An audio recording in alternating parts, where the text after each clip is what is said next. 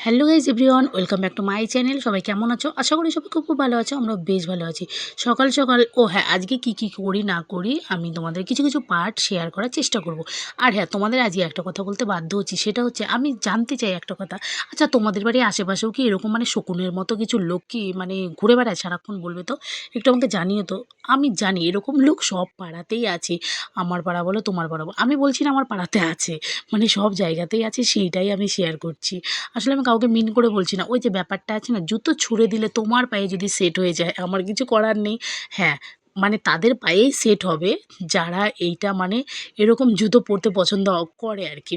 তো যাই হোক, তোমাদের একটা কথাই শেয়ার করছি, বিশেষ করে দেখবে যে বাড়িতে ছেলে, ছেলের বউ, বৌমা শাশুড়ি ভালো আছে আর কি, সেই বাড়িতেই এরকম বেশি হয়। তোমাদের আশেপাশে দেখবে এরকম শকুনের মতো লোক অনেক আছে। শকুন কুকুরকেও এদেরকে মানে অপমান করা হয় আর কি, এদেরকে শকুন কুকুর বললেও অপমান করা হয়। ঠিক আছে? তো যাই হোক, আমি তাদের উদ্দেশ্যে একটা কথাই বলতে চাই, তুমি চিন্তা করো না, তোমার বাড়িতেও ছেলে বৌমা আছে, তোমারও ছেলে বৌমা একদিন আসবে। ঠিক আছে? কই আমাদের তো অনেকে অনেক রকম কথা বলে, কই আমরা তো এর কথা ওর কাছে, ওর কথাই এর কাছে বলতে পছন্দ করি না। আসলে আমরা চাই না লোকের সংসারে অশান্তি হোক। হ্যাঁ, সত্যি আমরা চাই না। সেরকম যদি চাইতাম তাহলে অনেক দিন আগেই অনেকের সংসারে এরকম ঝামেলা হয়ে যেত। আর বিশেষ করে আমি তো কারো কথা বিশ্বাস করি না। আসলে আমি সবসময় আমার যেটা মন বলে, যেটা আমার মন চায়, আমি সবসময় আমার মনের ইচ্ছা মতোই চলি। এ এক কথা বললে বিশ্বাস করবো, এক কথা বললে বিশ্বাস করবো, এরকম মেয়ে আমি না। হ্যাঁ, আমাকে অনেকেই আমাকে শত্রু মনে করে, আবার আমার পেছনে অনেক শত্রু আছে আমি জানি। আমার নিজেদের লোকরাই আমার শত্রু, আর তো তোমরা পর। হ্যাঁ, আমার নিজের লোকরাই আমার শত্রু। রক্তের সম্পর্ক নেই, কিন্তু বিশ্বাস করো সবাই আমার শত্রু।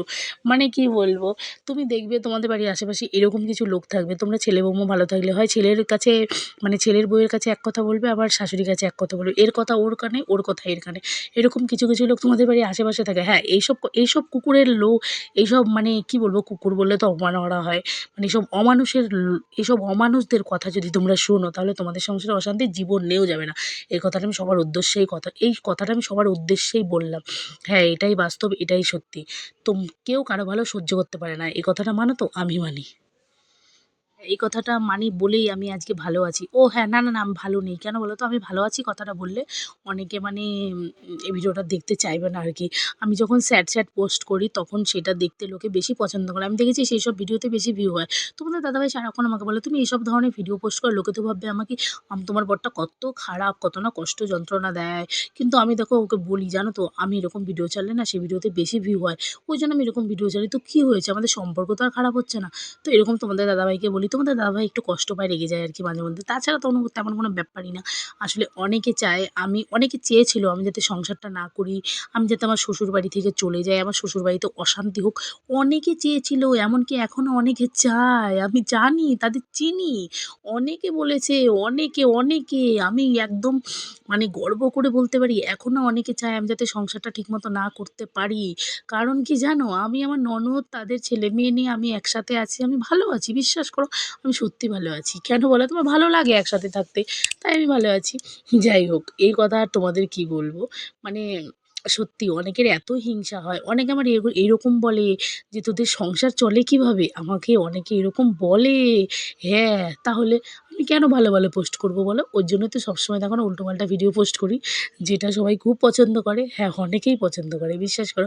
আর তোমাদের পছন্দ হয় জন্যই তো আমি এরকম পোস্ট করি, তাই না? তো যাই হোক, আজকে আমি অনেক কথা বলে ফেললাম। আর হ্যাঁ, একজন ব্যক্তিকে আমি উদ্দেশ্য করে এই ভিডিওটা পোস্ট করলাম। আর আশা করি সেই ব্যক্তি না দেখলেও তার ছেলেমেয়েরা অন্তত এই ভিডিওটা দেখবে। কারণ আমার ফেসবুক ফ্রেন্ডে তারা অন্তত আছে। আর সেই কথাটাও তার মায়ের সাথে শেয়ার করবে আশা করি। জানি না, আমি কিন্তু নাম বলিনি কারোর, ঠিক আছে? তো সত্যি কথা বলতে আমি তাকে একটা কথাই বলতে চাই, ভগবান যেন তাকে দেখে। তারও ছেলে বৌমা একদিন আসুক, ঠিক আছে? তো কিছুই বলব না। আর আমি যাই হোক, অনেক কথা বলে ফেললাম, আর কিছু বলব না। সবাই ভালো থেকো, সুস্থ থেকো, ঠিক আছে? আর আমার মা দেখো এদিকে পিঠে বানাচ্ছে। তোমরা আবার কেউ কষ্ট পেও না, কারণ আমি এই ভিডিওটা একজন মানুষের উদ্দেশ্যেই ছেড়েছি, ঠিক আছে? আর সেই মানুষটাকে তো সামনাসামনি আমি ঝাড়তে পারছি না, তাই ফোনে একটু ঝেড়ে দিলাম। আসলে কিছু কিছু কুকুরগুলি এরকমই থাকে জানো, তাই ঝাড়তে বাধ্য হলাম, তোমরা কিছু মনে করো না প্লিজ।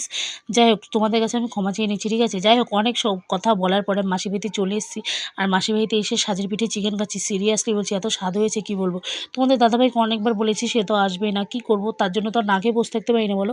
আমি তো নিজের পেটটাকে বাঁচিয়ে নিই বলো, আমি এত টেস্টি খাবার এতদিন পর পেয়েছি, আর খাবো না বলো? ওই জন্য একটু খাচ্ছি টেস্টিং করে।